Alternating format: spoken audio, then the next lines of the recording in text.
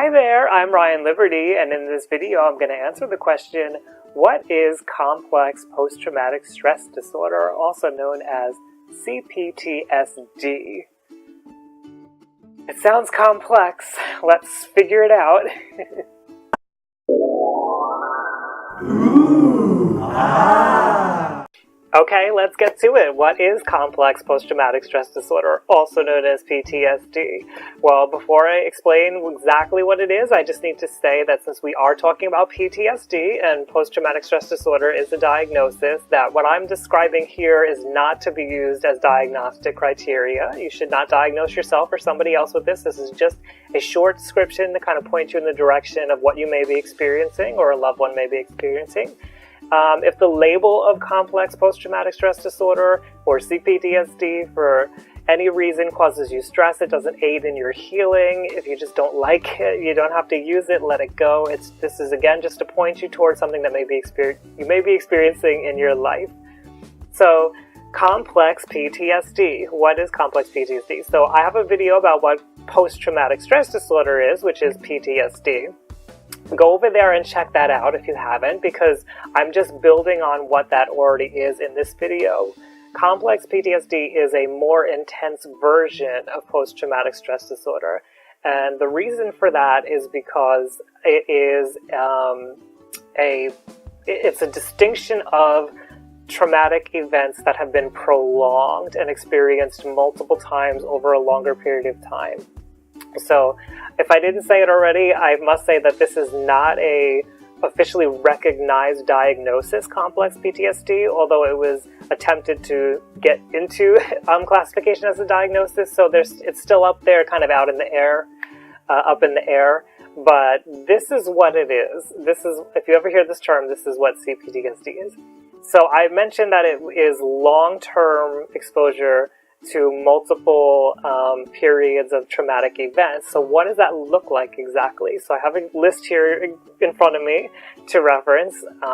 It could look like war, kidnapping, torture, criminal violence, rape, domestic violence, child abuse, including neglect, sexual abuse, emotional abuse, bullying, and chronic illness. Typically, complex PTSD shows up as a result of an incredibly distressing and abusive childhood. But there's no clear boundary here, so if you feel like this sounds like you, then this could be what's going on. So what is it? Why is it different from PTSD? Well, it incorporates all the elements of PTSD, which is why I recommend that you check out that video first. But the ways that this distinguishes itself are right here. I'm going to read them to you. So, somebody who's experienced complex PTSD has difficulty regulating their own emotions. Their emotions get very intense and kind of out of whack, and they're not good at putting them back together or keeping cool or properly expressing emotion. They have difficulties with their identity, so they often have a low self-esteem, poor body image. They feel a lot of shame about themselves, and this one I thought was really important. They have a disconnected autobiography. So when they think back on their lives, when they think about what got them to where they are, there's a lot of missing gaps. There's not a coherent story that got them to where they are. There's just kind of like these events that just happen throughout their life. There's no feeling of a history in their life. They just are where they are today, and all these things happen to them at random times in the past, but there's no coherent vision for their own history. So they also have relational difficulties. There's trouble with boundaries. There's trouble reading other people's emotions and understanding what other people are going through. There could be a lack of empathy because of that. And they very often socially isolate themselves. Again, maybe because of some of that shame that they're feeling. There are increased medical problems in general when somebody has CPTSD. I believe that's because of immune function going down. There's difficulty. Actually, this is another one I think is very important to distinguish CPTSD. There's difficulty integrating sensory information. So if somebody experiences something, maybe they watch a firework out in the sky and they feel happy and they see the bright lights, and they hear the boom, they feel the wind in the air. All of those sensations, when their brain puts it into a memory, they don't get everything all at the same time. So they may only remember a boom, or they may see a green firework when it was really a purple one in their memory.